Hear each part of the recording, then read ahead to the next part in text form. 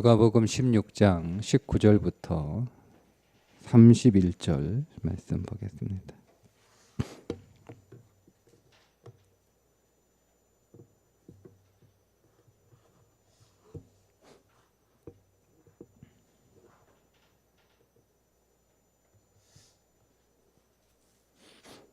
한 부자가 있어 자색 옷과 고운 베옷을 입고 날마다 호화롭게 즐기더라.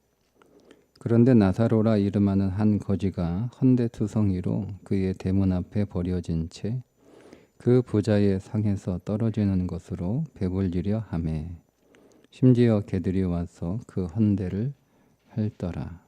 이에 그 거지가 죽어 천사들에게 받들려 아브라함의 품에 들어가고 부자도 죽어 장사되매 그가 음부에서 고통 중에 눈을 들어 멀리 아브라함과 그의 품에 있는 나사로를 보고 불러 이르되 아버지 아브라함이여 나를 긍휼히 여기사 나사로를 보내어 그 손가락 끝에 물을 쥐고 내 혀를 서늘하게 하소서.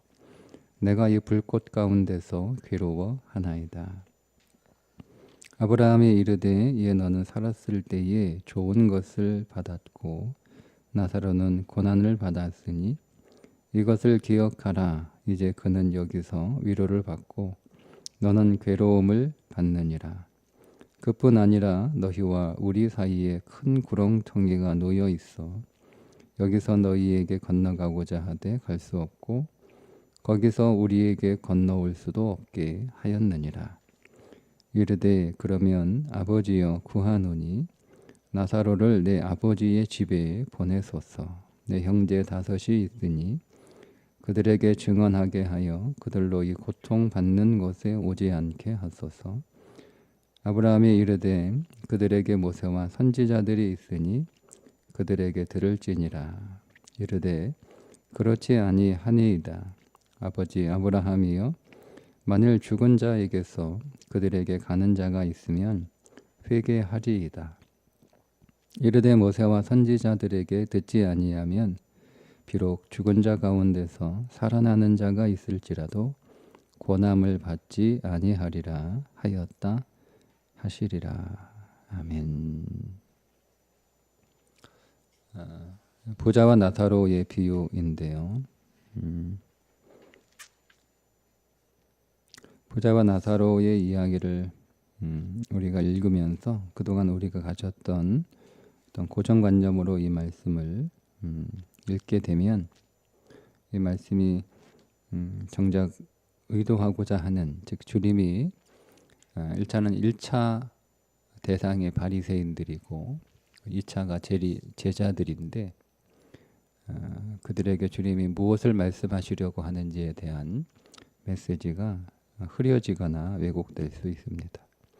일단 이 말씀은 계속 비유가 이어지는 15장과 16장의 맥락 안에서 이 말씀을 이해하는 것이 필요합니다. 그러니까 이 말씀을 뚝 떼어내서 독립적으로 이 말씀을 우리가 해석하려고 하면 조금 말씀이 왜곡될 수가 있습니다. 우리가 생각하는 부자, 우리가 생각하는 거지 그런 개념으로 이 말씀을 읽으시면 이 말씀은 율법이 되기가 쉽고 우리에게는 조금 여러분 거리끼는 말씀이 될 수 있죠. 왜냐하면 우리는 부자는 신앙생활 잘하고 복받고 이 땅에다 잘 사는 조인데 하나님 나라 가니까 음부에 떨어져 있고 그러면 우리가 거지로 살아야 되나? 뭐 이런 잘못된 신앙의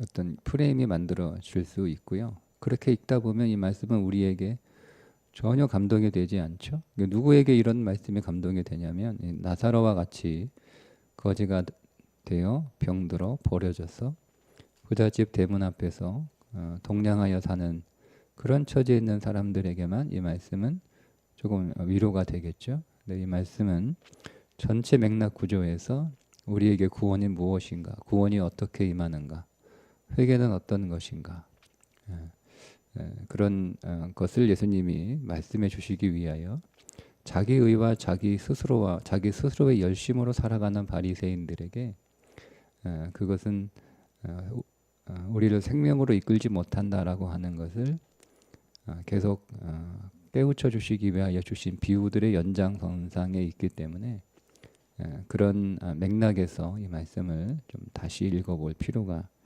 있습니다. 최선을 다해서 제가 다 한번 전해 보도록 하겠습니다. 먼저 이 나사로의 이름이 나사로가 뭐 했냐 자꾸 여러분 이렇게 보시면 이 말씀을 왜곡하기 쉬워요. 나사로는 아무것도 하지 않았습니다. 아무것도 하지 않는 게 나사로가 아브라함 품에 안길 수 있었던 이유입니다. 자꾸 나사로가 뭐 했냐 자꾸 이렇게 보시면 이 말씀이 좀 어려워집니다. 나사로라고는 이름 안에 그 비밀이 숨겨져 있는데 나사로는 히브리로 이 나사로를 바꾸어서 발음하면 엘리에셀입니다. 그러니까 엘리에셀이 헬라식 발음이 되면 나사로가 됩니다. 그러니까 엘리에셀은 하나님이 돕는 자라는 뜻이잖아요. 그죠? 그러니까 나사로는 하나님이 돕는 자. 그러니까 하나님의 도움밖에 없는 자. 하나님의 도움이 아니면 살 수 없는 자. 이게 나사로예요. 그러니까 이런 사람이 돼야 된다는 거예요. 우리가. 하나님의 도움 말고는 아무것도 없어요. 우리에게 있는 게. 그러니까 우리에게 있는 분은 하나님이에요. 예. 우리에게 있는 분은. 우리에게 있는 재산도 예수 믿으면 부자 된다. 우리 그렇게 전도하잖아요. 그게 돈 부자가 아니고 하나님 부자예요. 하나님이 부자니까. 예?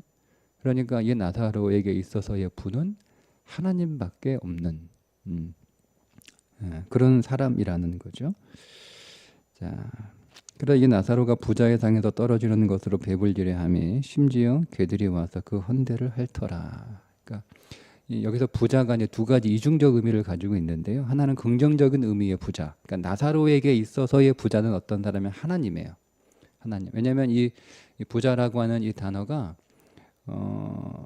우리가 16장에서 어떤 부자가 있고 그 부자에게 청지기 할 때 그 어떤 부자는 청지기 비유에서 하나님으로 등장하는 존재거든요. 그리고 실제로 성경에서 부자라고 하는 단어가 에베소서와 야고보서에서 하나님에 대하여 사용되는 단어입니다. 그래서 나사로에게 있어서 이 21장의 부자는 동일한 인물인데 이중성을 가지고 있다고 보셔야 되는 거예요. 동일한 한 부자인데 21절에서 나사로가 부자의 상에서 떨어지는, 즉 부자라고 할 때 이 부자는 이중적인 의미인데 첫째는 하나님의 하나님. 그러니까 이 나사로는 하나님의 도우심이 그에게 있는 전부이기 때문에 그거밖에 없어요. 그러니까 이 부자는 하나님 상에서 떨어지는, 즉 하나님의 부스러기 은혜조차도 은혜라도 받아야 되는, 그래서 하나님을 절대 의존하는 그런 신앙의 그런 삶을 살고 있는 사람이 나사로였고, 그런 하나님을 절대 의존하는 그런 그 신앙의 상태가 되면 그에게는 하나님의 상에서 떨어지는 그 부스러기조차도 그에게는 너무너무 감사하고, 왜요? 하나님의 상에서 떨어지는 거잖아요. 그러니까 우리 인생의 부스러기처럼 보이는 것들도 그게 하나님이 내게 주시는, 그러니까 하나님을 절대 의존하는 사람은 인생의 크고 작은 것, 큰 거는 뭐 더 감사하고 작은 거는 뭐 불평하고 뭐 이런 게 아니고, 하나님을 절대 의존하는 사람은 하나님의 상에서 떨어지는 부스러기이기 때문에 그 인생의 부스러기처럼 여겨지는 것조차도 하나님의 상에 있는 놀라운 것이기 때문에 그게 내 눈에, 내 현실에서 부스러기처럼, 다른 사람들과 비교해서 부스러기처럼 보여도 그게 자기에게는 생명인 거예요. 생명. 그러니까 두 번째, 이 나사로는 하나님을 절대 의존하니까 하나님의 풍성 안에 들어있는 거잖아요. 그죠? 그러니까 그 자신의 삶도 심지어 자기의 헌대, 골마 터진 것, 그러니까 터진 것조차도 개들은 여러분 당시의 개들은 무시하는 거잖아요. 그죠? 무시하는 것, 존재가 아주 저 밑바닥에 있는 거. 그런 혐오하는 그런 존재들에게 자기가 가지고 있는 것, 골마 터진 것조차도 그들을 위해서 자기의 아픔, 자기의 고통, 자기의 어떤 여러 가지 어려움, 자기의 고난, 뭐 이런 자기의 괴로움 이런 것조차도 나누어 줄 수 있는 그런 삶을 살아가게 되어 있다는 거예요. 예, 되어 있다는 거예요. 예. 근데 또 이 부자는 이중적이라고 그랬죠? 예. 하나님 편에서의 부자예요, 이번엔. 하나님 편에서의 이 부자는 어떤 사람이냐면 나사로에게는 개들이 친구인데 이 부자는 나사로의 친구가 되지 못하니 개만도 못한 인생을 살아가고 있다라고 하는 또 이중적 의미를 다 뭐 이거 우리가 두 개를 다 볼 수 있었으면 좋겠어요. 예. 그렇게 우리가 이해가 되면 여러분 성경을 보는 안목이 좀 더 깊어진 겁니다. 자, 22절 이에 그 거지가 죽어 천사들에게 받들려 아브라함 품에 들어가고 부자도 죽어 장사되매. 이렇게. 그러니까 제가 다시 말씀드리고 싶은 것은 이 비유의 초점은 부자와 거지, 재물을 가지고 있는 부자, 재물이 없는 거지, 그게 이 말씀의 초점이 아니에요. 자꾸 거기에 맞추시면 안 돼요. 이 부자의 이 비유의 핵심은 말씀드린 것처럼 나사로라고 하는 부자는 이름을 안 밝히잖아요. 예?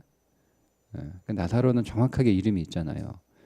하나님의 도움을 구하는 자, 하나님의 도움밖에는 없는 자. 그러니까 부자는 이름이 없어요. 예, 이름이 없으니까 제가 이중적이라고 그랬죠. 나사로 편에서 부자는 하나님인 거고 또 하나님 편에서 이 부자는 자기 부자예요. 능력이 많은 자기 스스로 사는 자, 뭐 누구 의지할 필요가 없는 자, 의지하는 것을 나약하고 잘못 살았고 실패한 인생이라고 보는 그런 또 부자로 보는 거죠. 여기에서는 이제 그런 부정적 의미의 부자로 나오고 있는 거예요. 그래서 말씀드린 것처럼 부자가 또 하나님에 대하여 사용되기도 하기 때문에 이 부자는 스스로 하나님 노릇하고 있는 부정적 의미에서 스스로 자기 인생에 자기가 주인 노릇하고 있는 그런 부자라는 거예요. 자, 그런데 그 삶의 결론은 뭐냐? 하나님을 절대 의존하는 하나님밖에 없는 그의 전 재산은 오직 하나님의 도움이 전부인 이 나사로는 하나님을 의지하고 하나님의 은혜로 평생 살았으니 그게 구원이잖아요. 그러니까 당연히 아브라함 품에 있게 되는 거고 부자는 자기 스스로 살았잖아요. 자기가 자기 인생의 주인 노릇하고 자기 힘으로 살고 자기 열심으로 살고 자기가 자기 인생에서 하나님 노릇하고 그렇게 살았으니 그건 하나님하고 관계없는 삶을 살았잖아요. 그러니까 그는 음부에 들어가는 거예요. 그래서 23절에 보면 그가 음부에서 고통 중에 눈을 들어 멀리 아브라함과 그의 품에 있는 나사로를 보고 아브라함과 나사로는 거리가 가깝잖아요. 딱 붙어 있잖아요. 그죠? 여기서 아브라함은 하나님으로 등장하는 모델인데 그는 나사로는 그렇게 하나님하고 친밀한 하나님하고 가까운 하나님에게 딱 달라붙어 있는 마치 접착제로 붙어놓은 듯한 그런 삶을 살았으니까 그는 하나님 나라의 아브라함 품에 있는 거고 부자는 뭐예요? 부자는 뒤에 나오는 말씀처럼 음부가 그 사이에를 큰 구렁텅이가 그 사이에 놓여 있어서 건너갈 수 없고 큰 거리가 있다는 건데요. 그만큼 부자는 하나님과 거리가 있는 그런 삶을 이 땅에서부터 살았다는 거예요. 죽기 전부터. 그부터. 자, 이제 24절에 보세요. 불러 이르되 아버지 아브라함이여 나를 궁일이 여기사 나사로를 보내어 그 손가락 끝에 물을 쥐고 내 혀를 서늘하게 하소서 내가 이 불꽃 가운데서 괴로워하나이다. 보세요. 여전히 나사로 무시하죠. 나사로를 자기 밑에 있는 사람으로 생각하는 거예요. 그러니까 여러분 아브라함에게 부탁하는 게 아니고 나사로에게 부탁을 해야죠. 그러니까 이 부자는 여전히 음부에 가서도 여전히 교만한 상태에 있는 거죠.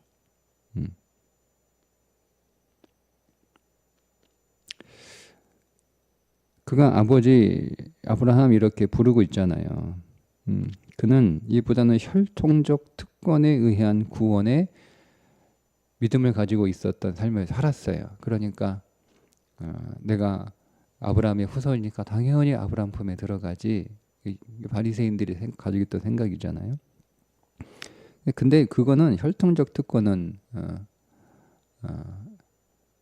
요한복음 1장에 있는 말씀처럼 혈통은 오늘 우리의 구원에 어떤 영향도 직접적인 영향을 끼치지 못합니다. 그러니까 그 사실을 알지 못하는 영적으로 우두한 존재였고 그런 어리석은 삶을 살았던 부자라는 거죠. 자, 25절에 아브라함이 이르되 이에 너는 살았을 때에 좋은 것을 받았고 그죠? 좋은 것을 받았고 부자는 현세에서 주는 것에는 무관심했어요.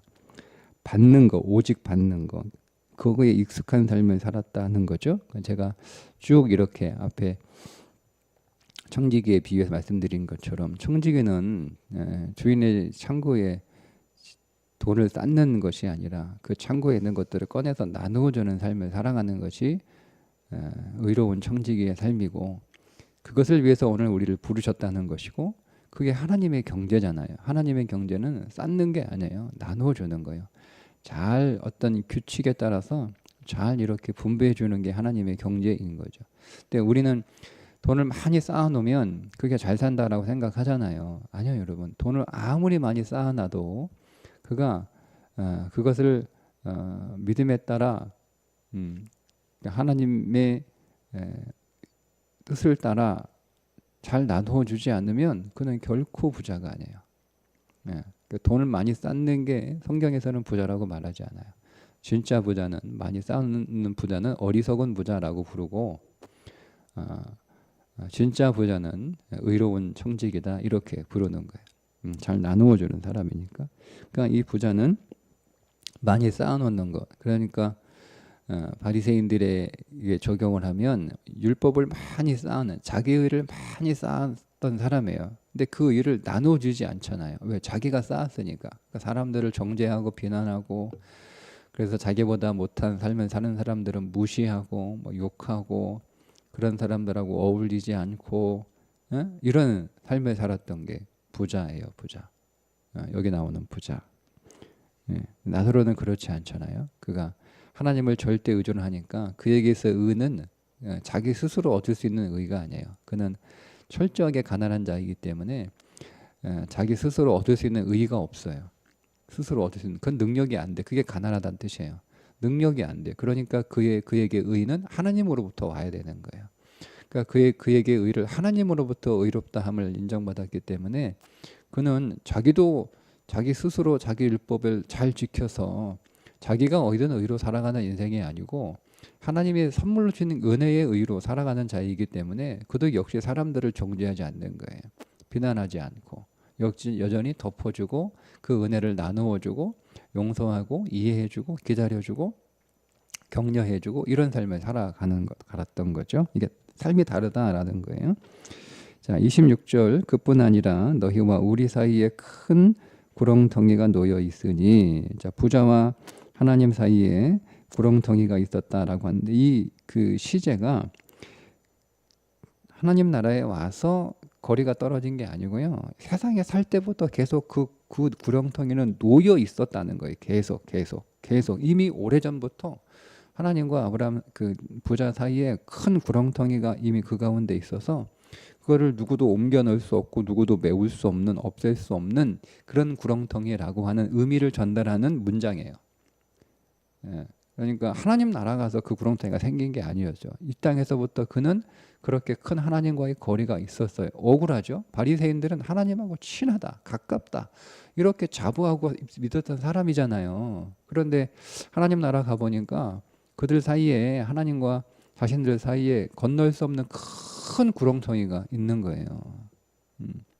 그게 자기 의로 살아가는 자들의 삶의 실체라는 거예요. 우리가 우리 열심과 우리 노력과 우리 수고와 우리 의로 그렇게 여러분 우리가 신앙생활 하면 내가 하나님 가깝고 잘 알고 있다라고 생각하고 살아가는데 그게 착각일 수 있다라는 거죠.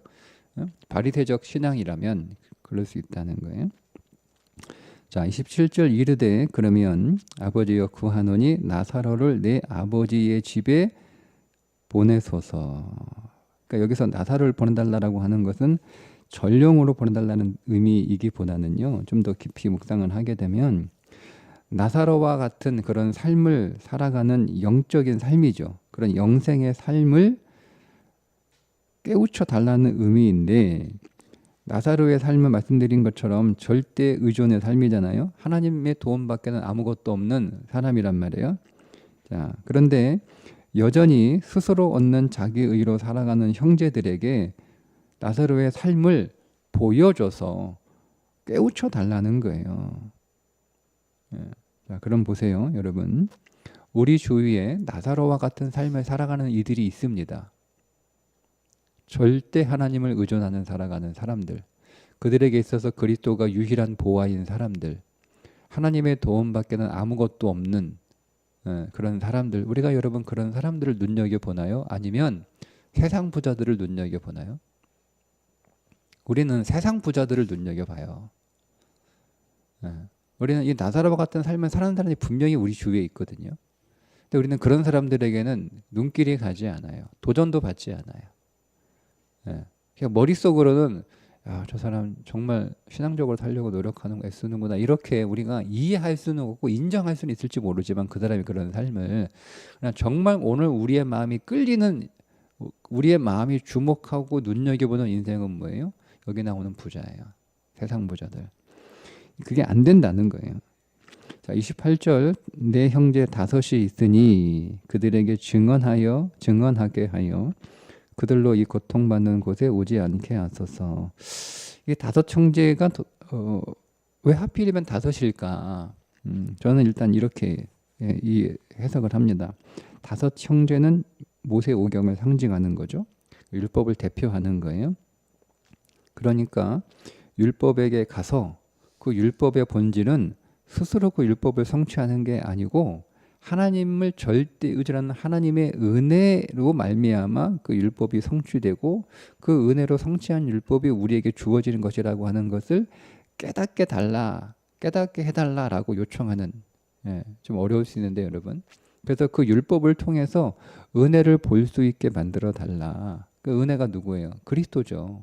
율법 안에서 그리스도를 발견할 수 있도록 좀 보내달라는 거예요. 그런 사람들을 좀 보내달라는 거예요. 깨우치도록. 근데 이제 이 초대 교부들은 이 다섯 형제를 우리 육신의 옛사람의 오감이라고 해석을 했습니다. 그러니까 오늘 우리의 신앙이라는 게 우리의 오감으로 경험돼야 된다는 거예요. 경험. 그게 뭐죠? 그게 부활한 자가 살아 돌아오는 표적이에요. 그러니까 우리에게 인생에 어떤 표적이 있어야 하나님을 제대로 믿을 수 있다라고 하는 생각이죠. 여러분 인생 안에 어떤 기적과 같은 일들이 여러분의 오감으로 느낄 수 있는, 여러분의 뭐 몸이 막 불치병에서 막 기적적으로 회복이 된다던가, 여러분들이 어떤 기적적인 뭐 현상을 여러분 눈으로 본다던가, 그것들을 그런 일들이 있다는 여러분들이 뭐 귀로 듣는다던가, 뭐 이런 것들, 이런 오감. 그런 표적이 있어야 우리가 하나님을 믿는다라고 하는 건데요. 표적이 물론 필요하긴 하지만 복음 없이 표적만으로 하나님을 믿는 것은 하나님을 정말 아는 거 아니에요. 하나님을 정말 아는 거 아니에요. 인생에 뭐 기적 같은 일을 한두 번 안 겪어본 사람이 누가 있겠어요? 근데 그런 기적 때문에 여러분 하나님께로 가까이 가는 사람은 없습니다. 장담컨대. 복음 없이 기적만으로, 복음 없이 표적만으로 하나님께 가는 사람 없습니다. 표적이 필요하지만 복음이 반드시 있어야 되는 거예요. 복음이 진리가 있어야 되는 거예요. 자, 29절. 자, 아브라함이 이르되 그들에게 모세와 선지자들이 있으니 그들에게 들을지니라. 30절에 이르되 그렇지 아니하니이다. 아버지 아브라함이여, 만일 죽은 자에게서 그들에게 가는 자가 있으면 회개하리이다. 왜 부자가 이렇게 반박을 하냐면, 첫 번째, 아니에요. 죽은 자가 살아가면 그들이 회개할 거예요. 네, 아브라함은 모세와 선지자가 있으니까 그들에게 들으면 돼. 아니에요. 무슨 말이죠? 모세와 선지자의 삶, 율법의 그 모든 말씀의 삶을 무시하고 살았다는 거예요. 자기도 그랬고 지금 있는 형제들도 똑같은 삶을 살고 있는 거니까 아무리 말씀을 그들에게 들려줘도 그 말씀을 무시하는 삶을 살았기 때문에 그들도 그렇게 살고 있기 때문에 어떤 표적이 가야 된다는 것, 어떤 표적이. 그러니까 아무리 말씀을 얘기해도 소용이 없었던, 성경의 말씀보다는 기적을 더 선호하는 삶을 자기도 살았고 지금은 그 형제들도 그렇게 살고 있다라고 하는 의미잖아요. 근데 보세요. 실제로 여러분 예수님이 얼마나 많은 기적들을 16장에 오기까지 얼마나 많은 기적들을 보여주셨어요. 근데 바리새인들이 믿었습니까? 안 믿었잖아요. 예수님이 하시는 말씀을 바리새인들 다 들었단 말이에요. 근데 뭐라고 하죠? 그래서 비웃었잖아요. 우리 바로 앞에. 부자들은, 바리새인들은 돈을 좋아하는지라 그들이 예수님의 말씀을 비웃더니, 비웃었잖아요. 안 들어요. 안 들어요. 여러분, 표적으로 오늘 우리의 믿음이, 기적으로 우리의 믿음이 더 강화될 거라고 하는 신앙이 종교예요. 우리의 신앙은 말씀에 의해서 강화되고 그 말씀이 오늘 우리의 관절과 골수를 찔러서 쪼개야 되는 거거든요. 그래야 우리의 신앙이 강화가 되는 거예요. 근데 말씀은 전혀 나에게 자극이 되지 않아요. 예? 근데 우리에게 팍 끌리는 건 뭐 기적과 같은 이야기, 어떤 기적 같은 현상들, 그걸 누가 이런 기적을 뭐 경험했다라고 하는 뭐 예화를 듣거나 아니면은 뭐 이런 기적을 우리가 뭐 주변에서 보거나 내가 그걸 경험하거나 뭐 그런 것들이 오늘 우리의 믿음의 자극이, 그런 것들로만 믿음의 자극을 받아서는 우리의 신앙은 강화될 수 없어요. 성경이 정확히 말씀하잖아요. 우리의 관절과 골수를 찔러 쪼개는 건 하나님의 살아있는 말씀이에요. 그 말씀이 오늘 우리를 쪼개야 우리의 믿음이 강화되는 건데 그런 삶을 살지 않았다는 거잖아요.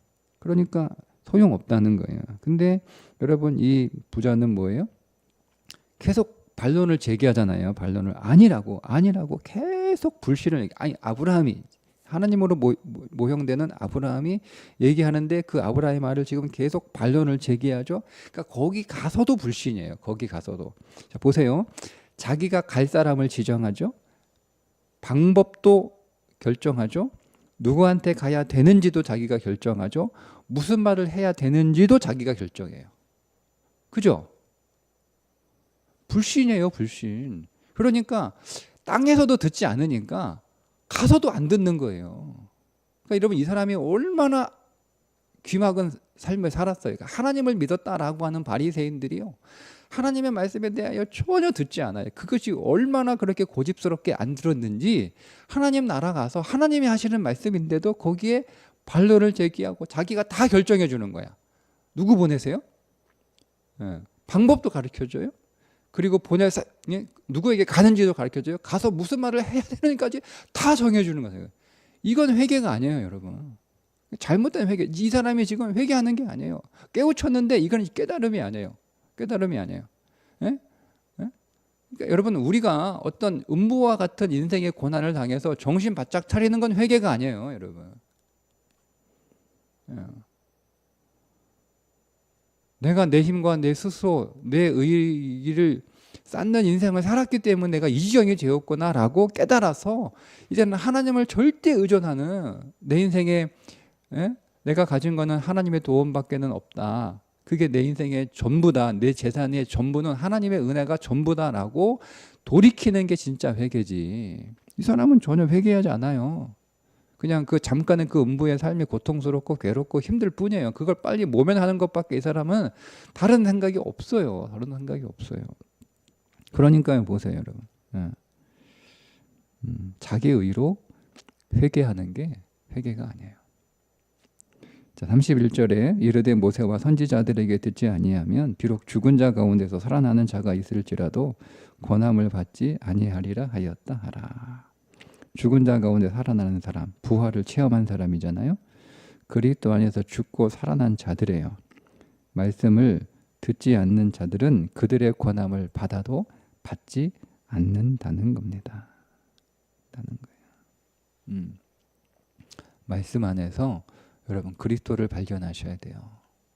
여러분 성경 읽을 때 거기서 그리스도를 만나야 돼요. 여기서 모세와 선지자들은 모세 안에 그리스도가 담겨 있어요. 사무엘 안에 그리스도가 담겨 있어요. 아브라함 안에 그리스도가 그 안에 있단 말이에요. 이삭 안에 그리스도가 있어요. 야곱 안에, 요셉 안에 그리스도가 있어요. 그리스도를 빼고 요셉을 읽으면 우리는 그냥 세상에서 성공한 요셉밖에 못 읽어내요. 그러니까 요셉처럼 뭐 말도 안 되는 뭐 꿈을 꿔라, 뭐 긍정적으로 살아라, 성실하게 살아라, 그리스도를 빼고 얘기해. 그건 세상에 다 얘기하는 거 아니에요? 굳이 이거 성경 읽을 필요 뭐 있어요? 오히려 그런 얘기는 세상에 더 자세하게 얘기해 주는데, 요셉 안에 그리스도가 있어요. 그리스도를 거기서 만나야 되고 그리스도를 읽어내야 되는 거예요. 그러니까 그런 그리스도를 만나지 못하고 말씀 안에서 그런 그리스도를 읽어내지 못하고 그런 그리스도를 발견하지 못하면 아무리 죽었다가 살아난 사람이 우리 안에 매일 찾아와도 우리는 하나님의 말씀을 제대로 들을 수 없는 사람이라는 거죠. 그러니 여러분, 우리에게 필요한 건 그리스도입니다. 여러 가지 말씀을 드렸는데 제가 정리해서 우리가 적용점을 좀 찾아보면, 첫째, 하나님 나라에 가는 것은 하나님의 도우심, 오직 은혜로만 가능하다는 거. 그러니 여러분 보세요. 그러면 우리가 그렇게 하나님 나라에 가게 되었어요. 그렇게.